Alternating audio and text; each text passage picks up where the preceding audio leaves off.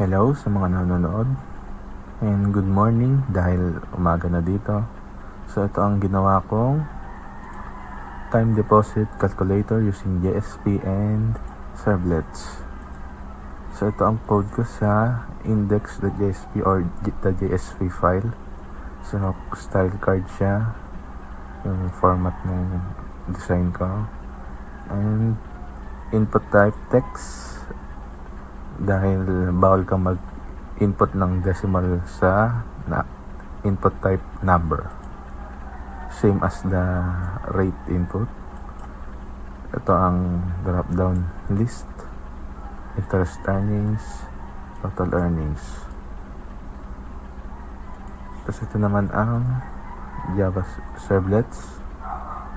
Kinuha yung mga parameter or yung name ng input and bagong variables for message and yung pag-compute ng interest and total earnings.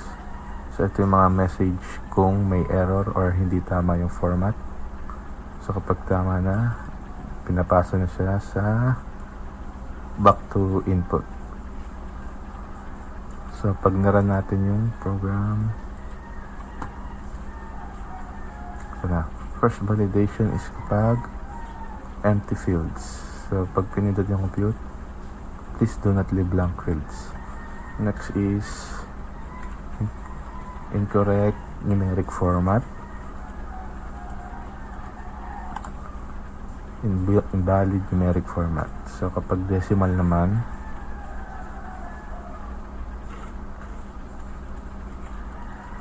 uh, 10, so 30, 10,006. So kapag 60 naman,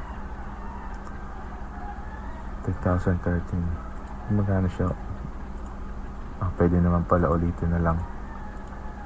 90, 120 days, 180 days, and 360 days. And then click clear, mabubura na lahat. Ayun po ang time deposit calculator natin na ginawa ko. Thank you for watching.